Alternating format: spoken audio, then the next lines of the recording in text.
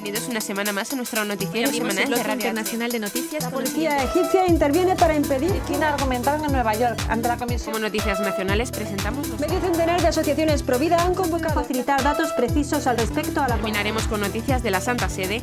El Vaticano recoge firmas para defender a no nacidos. de la Conferencia Episcopal Italiana. Bienvenidos una vez más a nuestro noticiario semanal de Radio HM.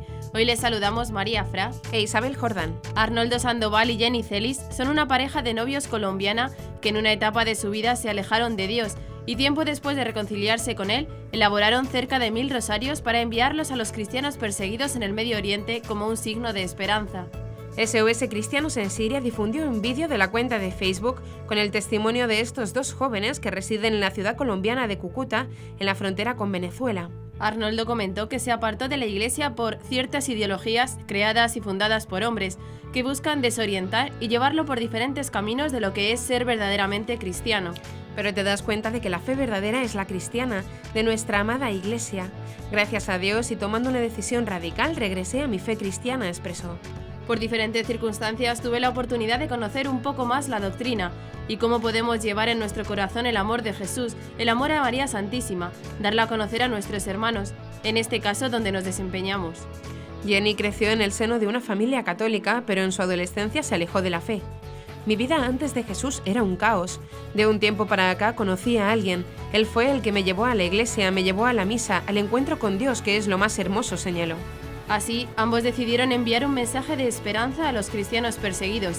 Aquí en Colombia, en diferentes países de Latinoamérica, hay personas, hay almas que están orando por ustedes para que algún día esto cambie. Arnoldo expresó su deseo de que los cristianos perseguidos sean vistos como ejemplos de amor y de perseverancia, de alegría y de paz. Sigan adelante, sigan con la cruz, cargándola. No la suelten por ideologías tal vez paganas o radicales que quieren acabar con el sentido cristiano en nuestros territorios. Siempre hay una esperanza, siempre hay una persona que está orando, indicó. Que cada obra, que cada sufrimiento que padecen sea ofrecido por la conversión de los cristianos, por la conversión de Occidente, por la conversión de aquellos países donde el cristianismo se ha perdido, agregó.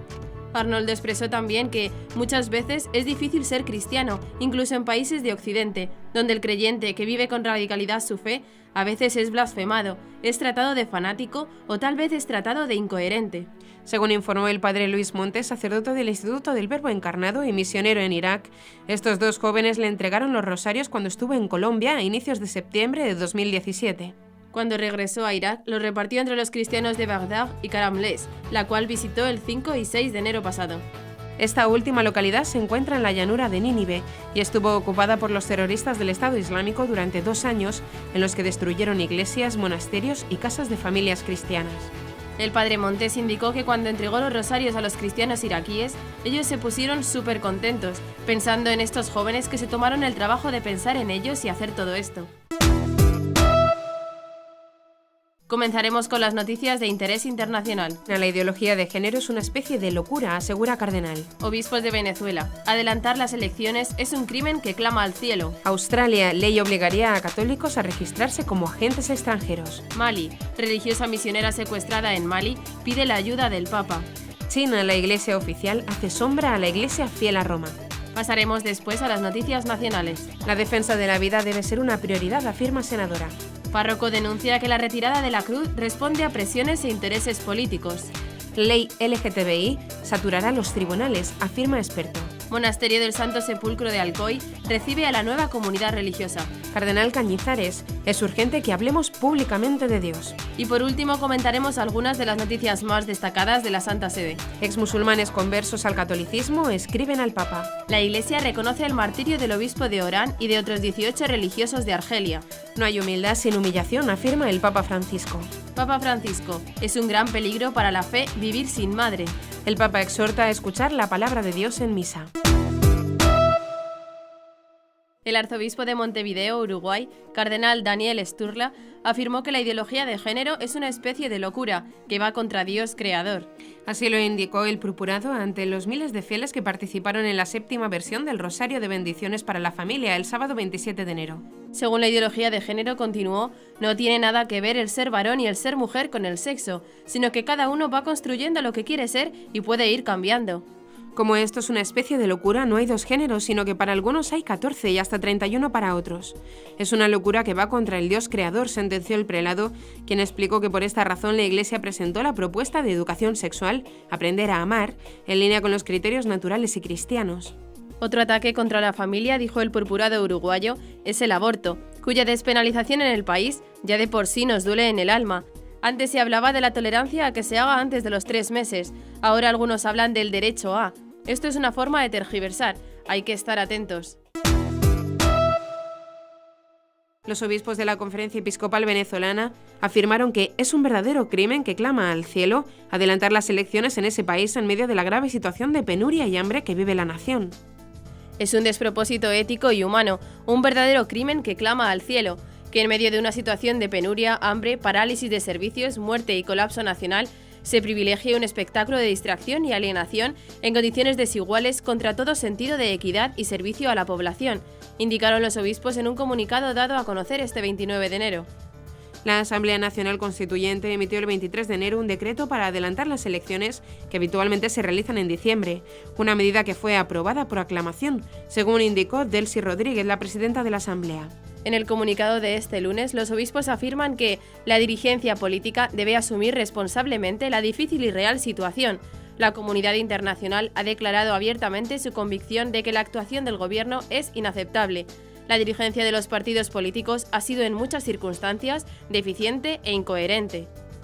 Para concluir, los obispos de la Conferencia Episcopal resaltan que la situación y el momento que estamos padeciendo los venezolanos ante esta crisis global requiere de una gran dosis de esperanza junto a acciones concretas que contribuyan a mejorar las condiciones de vida, a dignificar a las personas y a fortalecer a las familias y comunidades a las que pertenecemos. En ello estamos dispuestos a colaborar para que encontremos el rumbo de una Venezuela fraterna y de todos. Que el Espíritu nos ilumine y nos dé fuerzas para servir a nuestro pueblo, concluyen.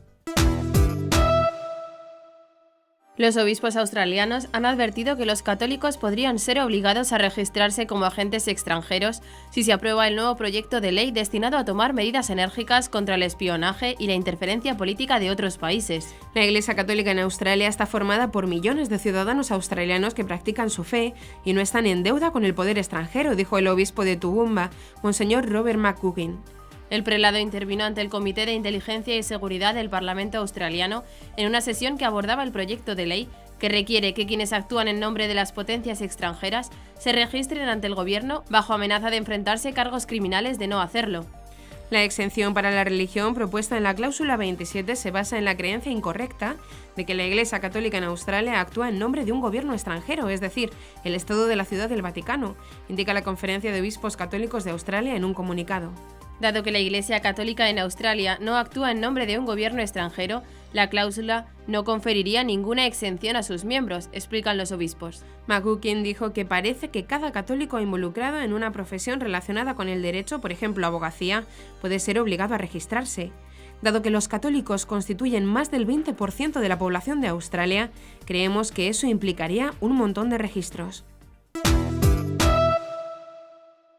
El próximo 7 de febrero se cumplirá un año desde que fue secuestrada la religiosa misionera Gloria Cecilia Narváez por un grupo de yihadistas armados en Mali. Este 29 de enero los secuestradores han enviado un vídeo en el que sale la religiosa colombiana de 56 años a la agencia mauritana Al-Akbar. En él la religiosa pide ser liberada. La agencia con relación con los grupos yihadistas recibió un vídeo de casi 5 minutos del Frente al-Nusra, organización que agrupa ahora a los principales grupos yihadistas activos en el Sahel. Según informan agencias de noticias internacionales como EFE, Al-Akbar dice que en las imágenes la rehén colombiana suplica al Papa del Vaticano que intervenga para liberarla. Haga hasta lo imposible por liberarme, le dice al Papa la religiosa, y le recuerda que el 7 de febrero se cumplirá un año exacto desde que fue secuestrada en una iglesia de una zona rural del norte de Mali.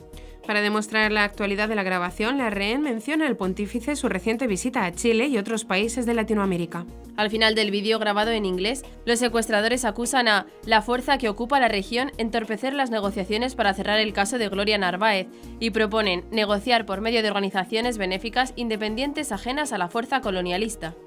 Les pedimos a los cristianos que oremos por la liberación de ella y la de tantos cristianos retenidos en Oriente, dijo Noemí Quesada, superiora de la congregación en Bogotá. Los últimos meses del 2017 y los primeros del 2018 han estado marcados para el pueblo católico chino por una gran confusión y mirada de recelo ante actuaciones un tanto confusas, sobre todo para la iglesia clandestina fiel a la doctrina católica. Sin una clara mano dirigente en las obras, los obispos católicos fieles a Roma, de Santou y Mindong, han sido retirados de sus cargos. Según la agencia católica de noticias Asia News, en diciembre pasado, Monseñor Pedro Zuan Xianyan, de Santou, Guangdong, fue obligado a viajar a Beijing, donde un prelado extranjero le solicitó que le cediese la cátedra al obispo ilícito José Wang Binzang. Igualmente ha ocurrido con Monseñor José Guo Shijin, obispo ordinario de Mindong, que ha debido pasar a ser auxiliar o coadjutor del obispo ilícito Vicente Shanxilu. Para el gobierno comunista chino, Monseñor Pedro Zuang, que fue ordenado secretamente en 2006 con la aprobación del Vaticano, solo es un sacerdote y por ello ha conseguido y defiende la presencia y mandato en su lugar del obispo excomulgado Monseñor José Juan Binzang, quien desde hace largo tiempo es miembro de la Asamblea Nacional del Pueblo. Monseñor José Guo Shijin, obispo católico clandestino fiel a Roma, ordinario de Mindong, pasó casi un mes detenido antes de la Semana Santa de 2017. Durante su permanencia en prisión, representantes del gobierno le presentaron a Monseñor Guo un documento sobre el cual solicitaban su firma, en el cual él aceptaría voluntariamente, entre comillas, ser rebajado a obispo coadjutor. La firma era la condición para que él obtuviese el reconocimiento del gobierno. Monseñor Zhang no quiso confirmar el encuentro y tampoco ha revelado detalles sobre la marcha del proceso para su reconocimiento por parte de la Santa Sede. Él se lo ha referido a Asia News, que representantes vaticanos y chinos se encuentran periódicamente para entablar negociaciones. Para la Santa Sede, según la agencia, el reconocimiento de 7 obispos ilícitos es una parte espinosa de las negociaciones entre China y el Vaticano. De estos 7 obispos, Monseñor Huang y otros 2 fueron públicamente excomulgados por la Santa Sede. A cambio de ello, China debería reconocer a cerca de 20 candidatos al episcopado para la comunidad oficial nombrados por la Santa Sede en los últimos años. Algunos ya fueron ordenados en secreto. En total, Beijing debiera aceptar a unos 40 obispos de la comunidad subterránea. Según un artículo del cardenal John Ton, publicado hace exactamente un año y sobre el cual no parece haber cambios, el nombramiento de obispos es el eje central en torno al cual giran las negociaciones a puertas cerradas que mantienen China y el Vaticano. La senadora colombiana María del Rosario Guerra visitó Madrid para participar en el primer seminario internacional sobre cuidados paliativos versus eutanasia, organizado por la Fundación Valores y Sociedad. Según explicó la senadora del Partido Centro Democrático, el objetivo que ha de perseguirse es que la sociedad trabaje en beneficio del ser humano y no en su contra, ya que la vida humana goza siempre de valor independientemente de su calidad. En declaraciones a Ciprensa, Guerra aseguró que la manera de legislar de los países europeos sobre temas relacionados con la vida influye en otras naciones. Cuando en el legislativo estamos estructurando proyectos de ley o cuando en las Cortes colombianas están revisando su jurisprudencia, es común mirar de manera comparada qué pasa en otros países. Por eso lo que decida la Unión Europea, Estados Unidos, las Naciones Unidas o la OEA termina repercutiendo en nuestros países, declaró. De esta manera subrayó que la defensa de la vida debe ser una prioridad, defensa de la vida como sustento para el fortalecimiento de la familia, de las relaciones sociales, de defensa de los más vulnerables. También aseguró que, por el contrario, la promoción de la eutanasia o el aborto minan los valores de nuestra sociedad. Sin previo aviso, de madrugada y con un fuerte despliegue policial. Así retiraba el ayuntamiento gobernado por el PSOE con el apoyo de los comunistas la cruz de la parroquia de Callosa de Segura este 29 de enero, al afirmar que se trata de un monumento franquista, pese a que no había interés en el pueblo en quitarla. 12 horas después llegaba el auto del Tribunal Superior de Justicia de la Comunidad Valenciana, obligando al ayuntamiento a cesar la retirada del monumento, aunque la cruz ya ha sido arrancada de su lugar original. Ante estos hechos y sobre todo ante la forma en que se ha procedido, el párroco don Juan Bautista Samper Sayers de Callosa ha emitido un comunicado donde denuncia que la actuación policial se ha llevado a cabo obviando el derecho de propiedad privada y antes de que hubiese una resolución judicial que llegaría horas más tarde de su actuación. Esta actuación no ha sido objeto de comunicación formal previa a la parroquia mediante escrito del ayuntamiento, en el que se hiciese constar de manera específica el día y la hora de la intervención, los medios materiales que se iban a utilizar, el personal asignado y, en definitiva, datos precisos que permitiesen a la misma tomar las oportunas medidas para ejercer sus derechos o al menos tomar las cautelas adecuadas para evitar posibles daños a sus bienes, recalcó el sacerdote. El presidente del Foro de la Familia, Ignacio García Juliá, se ha mostrado convencido, tal y como recoge Forum Libertas, de que la ley contra la discriminación al colectivo LGTBI, impulsada por Unidos Podemos y admitida a trámite en el Parlamento, si se aprueba, saturará los tribunales, porque conculca los derechos de mucha gente que se va a ver agraviada, y no descarta que si se les obliga a pasar por el aro de una minoría muy vociferante, salgan a las calles a manifestarse, aunque prefieren agotar otras vías antes. Lo que más les preocupa en estos momentos son los ataques a la libertad de pensamiento y de educación, que nos impongan a los padres ideologías extrañas como educar a nuestros hijos sin contar con nosotros, en aspectos tan claves y profundos para la familia como la forma de entender la sexualidad, ha precisado. En este sentido, critica que la ley LGTBI, a partir de su artículo 40, lleva al aula toda la educación afectivo-sexual, estableciendo que tiene que haber visibilidad del mundo LGTBI, hacerlo visible y transversal en todas las asignaturas, y que hay que organizar cursos para la aceptación por parte de los padres. ¿Y dónde está la libertad de los padres para elegir?, se pregunta. Para García Juliá, se trata de una ley de privilegios, entre comillas, que defiende los derechos de unas minorías que fuerzan a todos los demás a tener que coayudar a que esos derechos se ejerzan, mientras los derechos de otros se ven cercenados. En este contexto, desde el Foro de la Familia, creen que la primera acción debe ser dar a conocer la ley artículo por artículo, insiste. Una nueva comunidad religiosa de la Congregación de las Servidoras del Señor y de la Virgen de Matará ha llegado al monasterio del Santo Sepulcro de Alcoy del siglo XVII. Para la congregación, fundada en Argentina en 1988 y que en la diócesis también está presente en el antiguo monasterio de las Agustinas en La Ollería, es una gracia inmensa venir a este convento que fue erigido para custodiar el milagro eucarístico, según destaca la superiora de la comunidad, la Madre María del Monte Carmelo. Las Servidoras del Señor y de la Virgen de Matará son una rama contemplativa de la familia religiosa del Instituto del Verbo Encarnado, cuyo carisma está unido a la Eucaristía, la oración, el silencio y la penitencia. Así, según destaca la superiora, Dios es lo más importante y lo único que es necesario, y de ahí que su oración sea por toda la humanidad y la Iglesia. Sin embargo, cada monasterio tiene una intención de oración particular. En el caso de las de Alcoy es rezar por la educación católica, para que en las escuelas se transmita fielmente la fe y cultura cristiana. Una de las iniciativas que han puesto en funcionamiento en el monasterio las nuevas religiosas es la capilla de adoración eucarística para adorar al Santísimo. En la actualidad, diversos laicos se han comprometido ya a acudir a una determinada hora y hacer turnos para que sea una adoración ininterrumpida. Queremos que el convento sea un centro de espiritualidad donde todos puedan acudir a adorar y acompañar al Señor. Además, las celebraciones de la Eucaristía y los rezos de la liturgia de las horas están abiertos a todos, han añadido. Con una celebración eucarística y un acto académico presididos por el arzobispo de Valencia, el cardenal Antonio Cañizares, la Universidad Católica de Valencia celebró la festividad de Santo Tomás de Aquino, patrono de las escuelas católicas, de la educación y de las universidades. Durante la homilía, el purpurado dijo que es urgente que hablemos públicamente de Dios en medio de la revolución cultural de hoy, que fomenta una manera de entender el mundo sin Él. Señaló que en la actualidad vivimos en el silencio de Dios, en tiempos de indigencia, como decía el filósofo Heidegger, donde la mentira campa a sus anchas y todo ello trae como consecuencia la deshumanización. El cardenal alertó sobre estos peligros que para él son patentes y mortales y están llevando a la humanidad a la quiebra, manifestando que el mundo hoy necesita imperiosamente la luminosa guía doctrinal de teólogos como Santo Tomás de Aquino. En otro momento, el también gran canciller de la universidad llamó para que Dios sea el centro de la universidad. O Dios tiene que ver con todo o no tiene que ver con nada.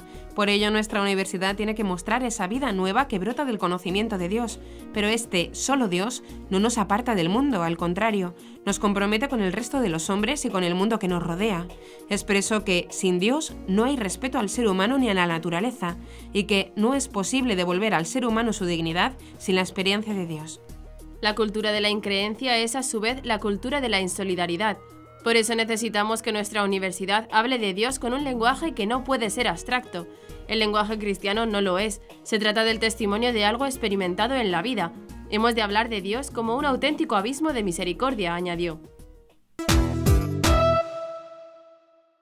Un grupo de exmusulmanes conversos al catolicismo escribieron una carta al Papa Francisco el pasado 25 de diciembre mostrando su aturdimiento ante algunas de las palabras pronunciadas por el pontífice a favor del Islam.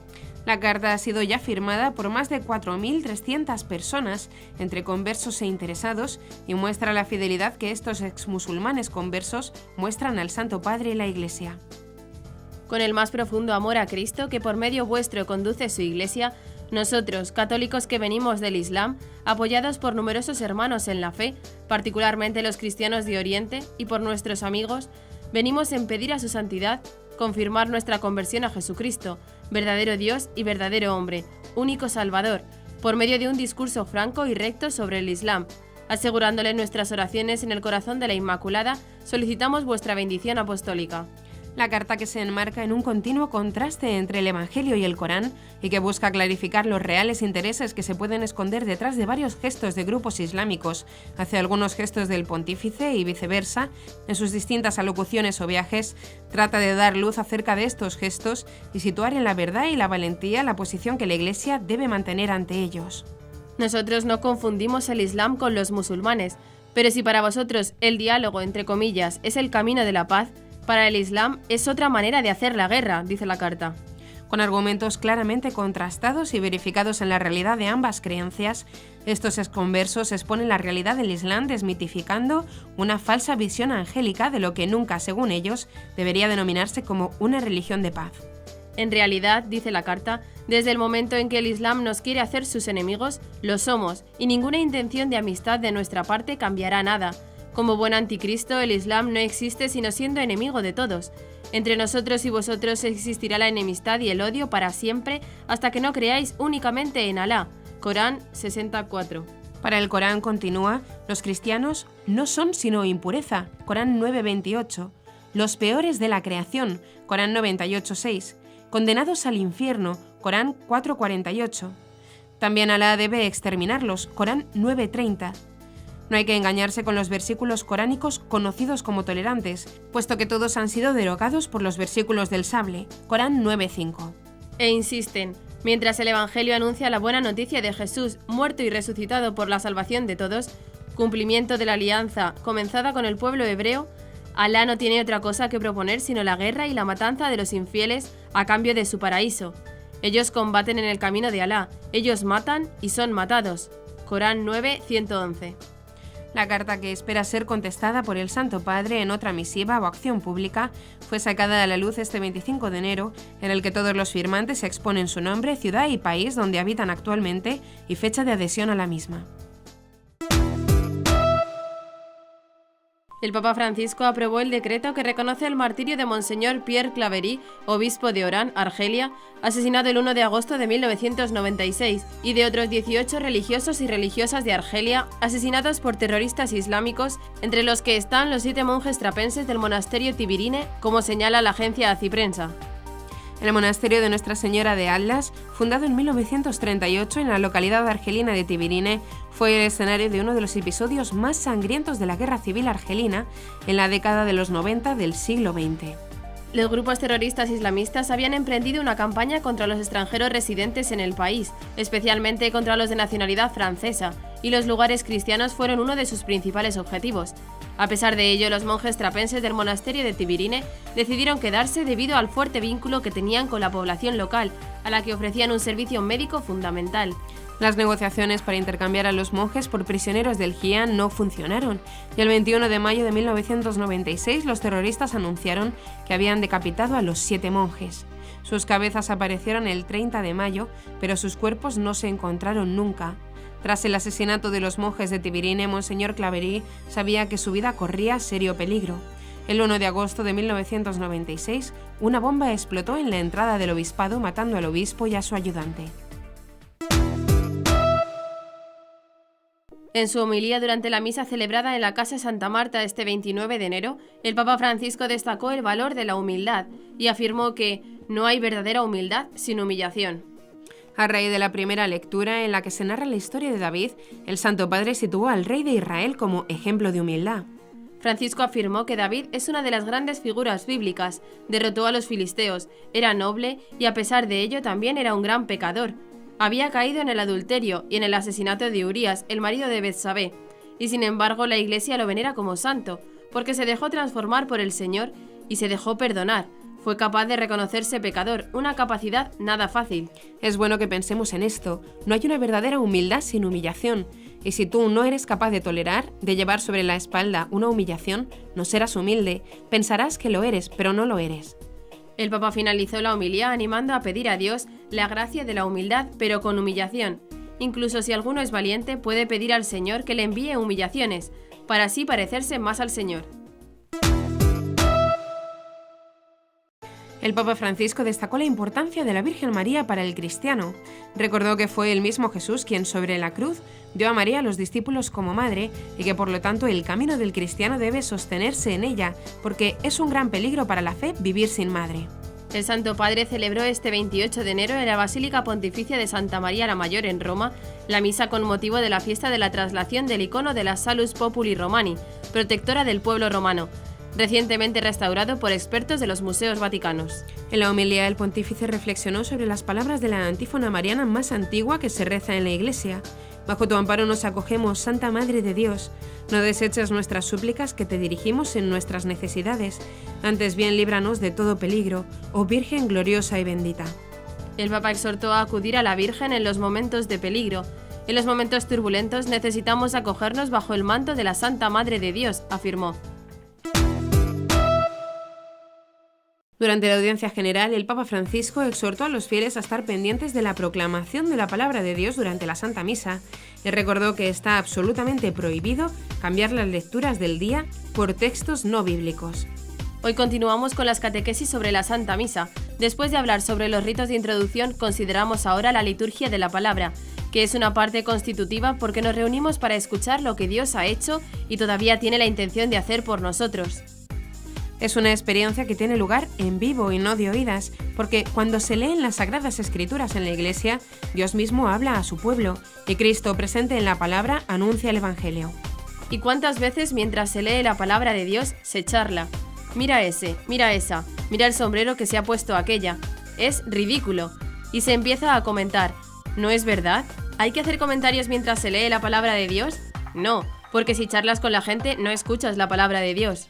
Cuando se lee la palabra de Dios en la Biblia, en la primera lectura, en la segunda, el Salmo responsorial y el Evangelio, tenemos que escuchar, abrir el corazón, porque es Dios mismo quien nos habla y no tenemos que pensar en otras cosas o decir otras cosas, ¿de acuerdo? Os explicaré qué pasa en esta liturgia de la palabra.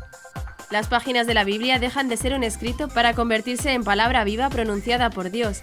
Es Dios que, a través de la persona que lee, nos habla y nos interpela a nosotros, que lo escuchamos con fe.